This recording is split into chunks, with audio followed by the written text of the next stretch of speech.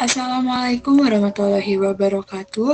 Perkenalkan kami dari kelompok 2 dengan anggota kelompok Faza Ajria, Nugi Salsabila, dan Itsna Latifah akan mempresentasikan materi mengenai gesture and movement. Pandangan teoritis pada gestur dan gerakan. Ketika kita berbicara dengan menggunakan gestur dan gerakan tubuh kita, akan banyak menghasilkan makna. Gestur dan gerakan tubuh seringkali menyampaikan perasaan yang ada di balik kata-kata. Konteks di mana isyarat atau gerakan tubuh digunakan akan menentukan bagaimana isyarat dan gerakan tubuh itu akan ditafsirkan. Kinetik adalah studi tentang dampak komunikatif dan gerak tubuh dan gestur. Perilaku kinetik meliputi semua gerak tubuh, kepala, perilaku mata, ekspresi wajah, gestur, dan gerak badan, lengan, tungkai, kaki, tangan, dan jari. Gestur dan gerakan menggambarkan dan mengatur dialog verbal kita. Melalui gerakan tubuh, kita dapat mengomunikasikan emosi, memperkuat, dan menonjolkan kata-kata yang kita ucapkan, bahkan bertentangan dengan apa yang telah kita katakan. Pendekatan umum kinetik. Pendekatan struktural Birtwistle tahun 1952 sampai 1970 percaya bahwa konteks di mana perilaku terjadi adalah hal yang paling penting, tetapi perilaku itu juga dapat dilihat sebagai memenuhi banyak kriteria untuk bahasa, atau dengan kata lain ada struktur yang mendasari perilaku. Sistem aturan yang dapat ditemukan metode Birtwistle untuk mempelajari gerakan tubuh disebut Alokin. Pendekatan variabel eksternal. Menurut Ekman dan Friesen, setiap klasifikasi gerak tubuh dan gerak manusia harus didasarkan pada gerakan yang mudah dilihat oleh manapun. Jenis gestur dan gerakan. 1. Emblem. Sering disebut gerakan yang tidak tergantung pada ucapan. 2. Ilustrator. Gestur dan gerakan yang memiliki kaitan erat dengan bahasa lisan dan membantu menunjukkan apa yang dikatakan. 3. Regulator. Gestur dan gerakan tubuh yang beriringan dengan isyarat mata dan vokal. 4. Pengaruh tampilan. Melibatkan ekspresi wajah yang mencakup postur seseorang. Adaptor. Perilaku yang sangat tidak disengaja biasanya merupakan suatu respon negatif terhadap diri sendiri atau orang lain. Emblem atau lambang. Karakteristik yang ada pada emblem. Emblem adalah gerak tubuh dan gerak yang memiliki terjemahan verbal langsung. Emblem dikenal oleh sebagian besar atau semua kelompok, kelas, budaya, dapat digunakan untuk merangsang makna tertentu dalam pikiran orang lain. Emblem digunakan secara sengaja oleh pengirim untuk mengkomunikasikan pesan tertentu kepada individu atau kelompok. Pengguna lambang menyadari tindakan mereka dan mengendalikan gerakan atau isyarat. Lambang seringkali merupakan perilaku yang dipelajari secara sosial dan budaya di mana maknanya tepat dilampirkan. Ilustrator. 1. Kategori pertama. Gestur yang berhubungan dengan penjelasan ujaran. Gestur tersebut menggambarkan ide atau kata yang diucapkan. Contohnya, saya menangkap ikan sebesar ini sambil menunjukkan tangannya berjauhan. Kategori kedua. Gestur ini menunjukkan akulturasi atau sikap pengirim terhadap penerimanya. Contohnya, menanyakan rasa ikan hasil tangkapan, lalu dijawab, biasa saja, sambil melambaikan tangan ke depan dan ke belakang. Kategori ketiga, isyarat yang menekankan kata atau pesan yang diucapkan dalam percakapan. Contoh, ketika menyampaikan suatu ide, kita mengacuhkan jari yang berbeda untuk setiap ide yang ditekankan. Kategori keempat, gestur interaksi yang membantu sender dalam mengatur atau mengarahkan pembicaraan. Misalnya, berupa gerakan kepala, tangan, mata, atau tubuh yang menandakan atau menekankan ucapan. Regulator. Menurut Kenbon dan Ferber, tahun 1973, terdapat 6 tahap interaksi umum yang mengatur dalam mode regulatif. Reviewing concept is a good idea. 1. Pendekatan orientasi inisiasi. 2. Salam jarak jauh, seperti senyum, melambaikan tangan, anggukan kepala, dan sebagainya. 3. Head deep. 4. Is the biggest planet in the solar system. 5. Saturn is a gas giant with several rings. 6. Neptune is far away from Earth. Lalu yang keempat ada pengaruh tampilan. Pengaruh Tampilan sangat mungkin bagi banyak atau kebanyakan orang untuk menggambarkan emosi yang sebenarnya tidak mereka rasakan. Demikian pula, mungkin bagi banyak orang untuk menekan ekspresi emosi yang mereka rasa tidak pantas untuk disadari oleh orang lain. Namun, perilaku yang mengungkapkan keadaan emosi yang sebenarnya biasanya tidak disengaja. Bahkan, ketika kita menyadarinya. Misalnya, ketika kita merasakan lutut kita gemetar dan melihat tangan kita gemetar saat mengalami ketakutan atau kecemasan, seringkali kita tidak bisa mengendalikannya. Yang kelima, yaitu adaptor. Terdapat 3 jenis adaptor. Yang pertama, adaptor diri.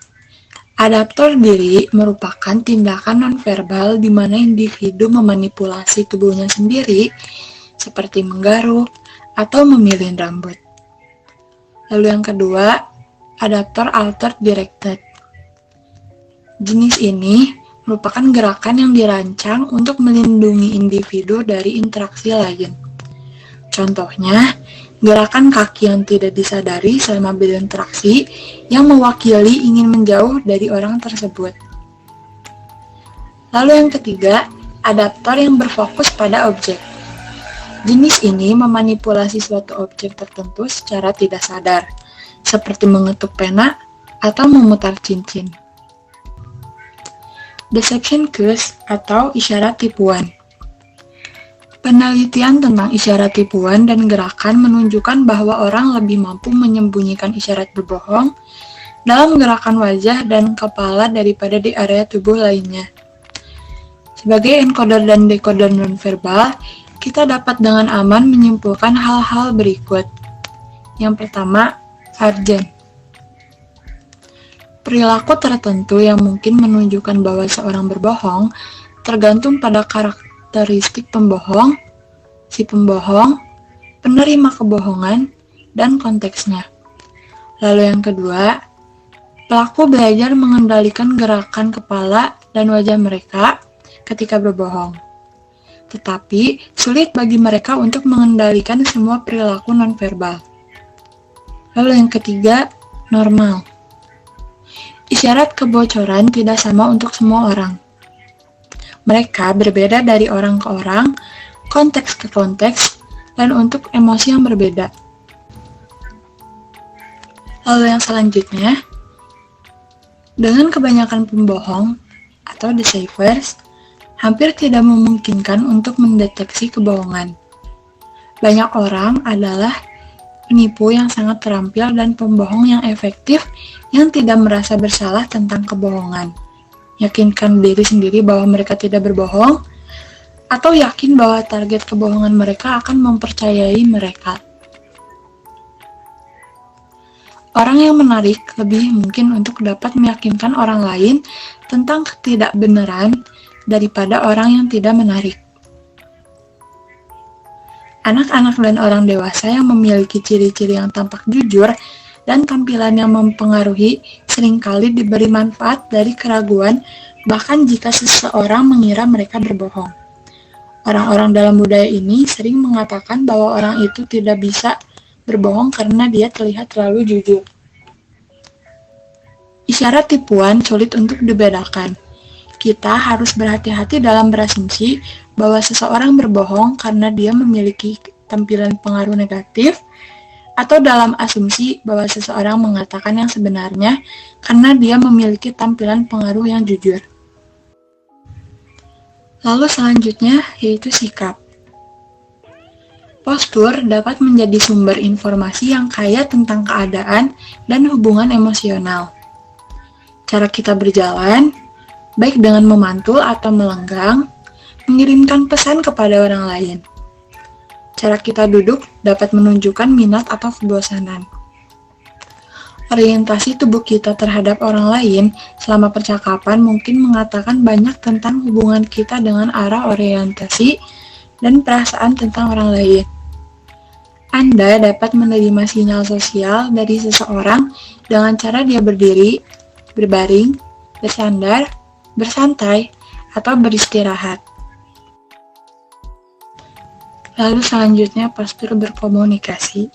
Yang pertama, inklusif versus non-inklusif. Isyarat postural dalam kategori ini adalah tindakan atau posisi yang mencakup atau menghalangi orang lain. Yang kedua, orientasi face to face versus parallel body. Kategori ini mengacu terutama pada hubungan postural antara dua orang selama percakapan. Pada dasarnya, dua orang dapat terlibat dalam percakapan sambil saling berhadapan atau sambil duduk atau berdiri berdampingan. Yang ketiga, congruence versus incongruence. Pada kategori ini membahas mengenai kesesuaian dan ketidaksesuaian yang mengacu pada apakah dua orang meniru atau berbagi postur yang sama. Jika mereka berbagi postur yang sama dan cenderung meniru posisi dan gerakan satu sama lain, mereka menunjukkan posisi tubuh yang kongruen. Jika ada perbedaan yang mencolok dalam postur para pelaku interaksi, mereka terlibat dalam posisi tubuh yang tidak selaras. Lalu yang keempat, potensi komunikatif dari postur.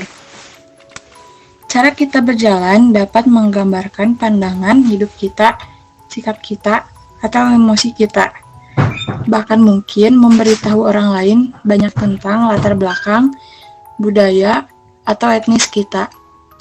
Tidak mengherankan bahwa postur tubuh kita paling efektif dalam mencerminkan jenis kelamin kita. Selanjutnya, ada gerakan dan gaya komunikator. Yang pertama, gaya dramatis. Orang-orang ini biasanya ahli dalam melebih-lebihkan, menceritakan kisah-kisah yang paling menarik, dan sering memiliki ritme dalam suara mereka. Menurut Norton, mendramatisir adalah gaya komunikator yang paling terlihat secara fisik. Singkatnya, dunia adalah panggung. Karakteristik menarik dari gaya dramatis adalah bahwa isyarat perilaku menandakan penyimpangan dari perilaku normal. Abnormalitas perilaku dramatis mungkin merupakan alasan utama mengapa hal itu berhasil menarik minat pendengar. Selain itu, persepsi popularitas, daya tarik, dan status sering ditingkatkan oleh gaya komunikator yang dramatis. Yang kedua, ada gaya dominan. Komunikator dominan menggunakan isyarat nonverbal untuk mendominasi pendengar. Postur tubuh yang ekspansif dan gerakan yang mengisi ruang sering dikaitkan dengan dominasi. Orang-orang yang dengan cepat mendekati sesama orang yang berinteraksi umumnya terlihat dominan. Meskipun perilaku ini lebih umum digunakan oleh pria, wanita dengan gaya dominan juga menggunakannya bersama dengan kontak mata yang lebih timbal balik. Penelitian menunjukkan bahwa komunikator dominan dianggap lebih percaya diri, angkuh, kompetitif, kuat, aktif, dan antusias. Lalu selanjutnya ada the animated style. Komunikator animasi terlibat dalam gerakan dan isyarat tubuh yang berlebihan secara aktif saat berbicara. Mengangguk kepala yang sering dan berulang-ulang dan sering tersenyum biasanya digunakan dengan gaya ini. Selanjutnya, ada gaya santai. Komunikator yang santai tampaknya tetap tenang dan tenang secara internal dalam situasi yang menghasilkan kecemasan. Dia juga memanifestasikan relaksasi dalam postur, gerakan, dan isyarat. Jarang sekali pembicara yang santai secara tidak sadar terlibat dalam perilaku tipe adaptif. Mereka tampaknya kebal terhadap perilaku gugup dan jarang membiarkan gerak tubuh mereka lepas kendali. Komunikator dengan gaya santai menyampaikan berbagai pesan. Menurut sebuah penelitian, gaya santai mengomunikasikan ketenangan, kedamaian, kepercayaan diri, dan kenyamanan. Kurangnya ketegangan dalam tubuh dan gerakan juga dapat menunjukkan kepercayaan diri. Lalu, ada gaya perhatian. Gaya komunikasi yang penuh perhatian lebih mencirikan gaya mendengarkan atau menerima pesan dari orang lain daripada gaya berbicara. Beberapa penulis menyebut perhatian sebagai mendengarkan secara aktif. Perhatian ditandai dengan postur tubuh yang lebih cepat, condong ke depan, anggukan kepala yang menunjukkan persetujuan, orientasi tubuh langsung, dan gerak tubuh yang mendorong pembicara untuk melanjutkan. Ini juga merupakan isyarat yang menunjukkan minat dan empati. Komunikator yang penuh perhatian dapat membuat pembicara merasa bahwa apa yang dia katakan layak untuk didengar. Selanjutnya, ada gaya terbuka. Norton berpendapat bahwa komunikator terbuka menggunakan aktivitas tubuh yang ekspansif, tanpa pamrih, ekstrovert, dan berorientasi pada pendekatan. Karakteristik lain dari gaya terbuka termasuk perilaku ramah, jujur, suka berteman, tidak tertutup, dan percakapan. Fungsi utama dari perilaku yang digunakan oleh komunikator gaya terbuka adalah untuk memberi sinyal kepada individu bahwa mereka dapat berkomunikasi secara terbuka dan bebas. Lalu ada gaya ramah. Norton mengatakan bahwa gaya ramah berkisar dari tidak adanya permusuhan hingga sinyal keintiman yang mendalam. Gerakan tubuh yang berfungsi untuk mengurangi jarak seperti pendekatan, condong ke depan, dan perilaku cepat lainnya dapat membantu menciptakan gaya yang bersahabat. Selain itu, komunikator dengan gaya ramah terus-menerus mengkonfirmasi keinginan rekan-rekan mereka, sering menyentuh mereka dengan penuh kasih sayang, dengan cara membelai, dan berperilaku dengan cara yang secara positif dan unik mengakui interaksi lainnya. Lalu ada gaya kontroversial. Gaya ini mirip dengan gaya dominan, tetapi mungkin lebih baik dianggap sebagai dominasi agresif. Orang yang menunjukkan gaya ini argumentatif, mereka cenderung mengiringi nada suara tegas, mereka dengan condong ke depan dan sejumlah besar lambaian tangan. Mereka terdengar seperti ingin berkelahi dan sering mengintimidasi pasangan interaksi mereka yang kurang asertif. Gaya meninggalkan kesan, ini adalah yang paling sedikit diteliti dari berbagai gaya komunikasi dan mungkin hanya kombinasi dari yang lain. Nama mengacu pada kesan yang diproyeksikan atau ditinggalkan oleh komunikator bukan hanya bagaimana orang tersebut diingat setelah komunikasi, tetapi juga apakah orang tersebut meninggalkan kesan sama sekali. Lalu ada gaya komunikator umum. Gaya dapat digabungkan karena melibatkan perilaku komunikatif umum. Ada 3 dimensi umum gaya komunikasi. Yang pertama ada ketegasan, yang kedua daya tanggap, dan yang ketiga keserbagunaan. Yang pertama ada ketegasan. Ketegasan yaitu penggunaan kontrol dan kemampuan komunikator untuk mempertahankan minat dan perhatian pendengar. Umum untuk komunikator asertif adalah faktor-faktor seperti dominasi, kekuatan, kemandirian, kehadiran mengambil alih, dan kemampuan untuk mempertahankan keyakinannya sendiri. Dia secara aktif terlibat dalam menjaga perhatian orang lain melalui penyampaian yang dinamis, variasi vokal, dan gerakan dan gerak tubuh yang sering.